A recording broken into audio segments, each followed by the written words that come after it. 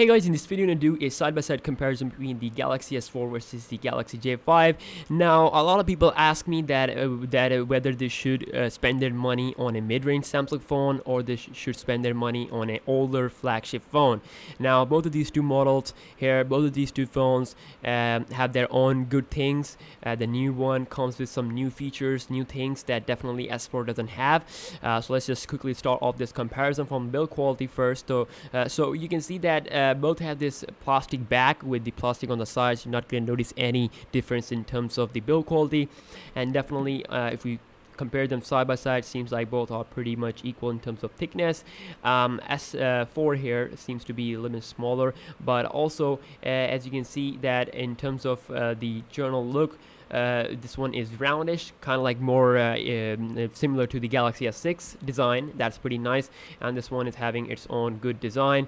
And looking at the screen, we got a 5-inch 1080p HD screen here on the Galaxy S4, while here we got a 5-inch 720p screen. So you can see the difference in terms of the display quality. 1080p looks far more stunning than 720p. But a lot of people are not going to notice that with their eyes. I mean, definitely they are looking extremely similar to me, but in some ways the S4's display does look sharper, especially as you can see in the bottom. So yeah, 1080p screens are better than 720p's, and Quad HD screens are better than 1080p. That's how we are moving forward. So that's about the display. And if we take a look here at the software, we get the TouchWiz UI on both phones. The Galaxy S4 has Android 5.0.1 Lollipop with the older TouchWiz UI, as you can see, while this one comes with 5.1.1 with the latest Samsung's UI. You can see that it has the same type of features that the Galaxy S6 have, like double tap to open up the camera. So that is pretty damn awesome, and I already did a lot of speed tests with other phones. If you are interested, you can check out my channel. So far what I've seen, that it has a Qualcomm Snapdragon 410 chipset with 1.5 GB of RAM. It's definitely not the best, not even the mid-range best. It is a low chipset, but still it is optimized so goddamn well that it is performing extremely amazing. It is optimized well in terms of battery, in terms of the gaming and all that. Especially, of course, if you can't really play a lot of big games on this one, while the Galaxy S4 can handle big games. Of course, it has 16 gigs of internal memory. It has Qualcomm 600 chipset, quad core, which will of course give you a slightly better, not slightly, a lot more better score in terms of Antutu Benchmark, 30,000 plus, while this one will score around 20,000. I'm just going to show you here. I got a screenshot of sorry about that. So I got a screenshot of the Antutu score. It's 20,003 here. Definitely it's low, but as I said, I am not into benchmark scores. I really do care about the real life performance, which is pretty smooth on both phones. On S4 you'll witness some lag because of course the older phone, it is getting less optimization from Samsung, while this one is getting the new optimization stuff. So definitely the new UI is having very less bloatware, and it is really smooth. Now if we take a look here at the phone's multitasking performance, it is very smooth. Same way here, you need to hold down the home key here to bring up the recent application section, while here we get the touch key of that recent action. You can also close everything up. Same way here, you can close everything up with this button, and we got the back key. So we also have the S voice here. We don't get the S voice with the J5.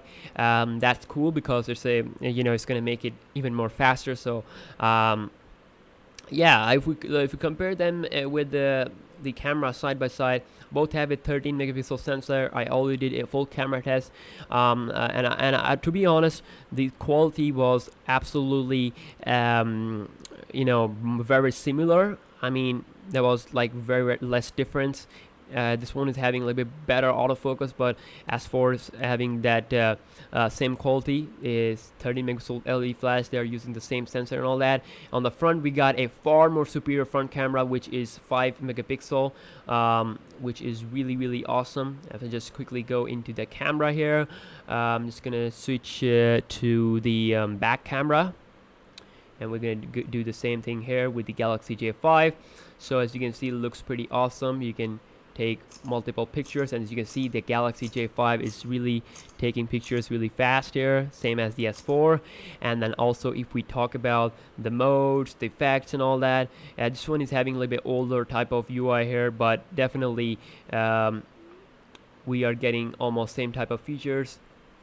So both can record up to 1080p. There's no 4K video recording, and you can also switch to front camera there. There is also a front LED flash on the Galaxy J5 here, which is pretty awesome. Just gonna show you here, and it's gonna make your selfies more brighter. We don't get anything like that, not even fingerprint scanner. So yeah, S4 is a good phone, is a good old flagship, but I don't think so that you should spend money on this one, because considering the speed, the optimization, the good things that you get with the J5. So still a lot of people have the S4, they use it on custom ROM like rooting and all that. It has that very nice sport, but I think this one is better. And lastly, the battery life is so goddamn better here on the J5, especially in the standby time. You're not going to notice any funny drainage or anything like that. It's really stable, while on the other hand, the Galaxy S4 does have a battery life that can be made better with a software update. You will have to charge it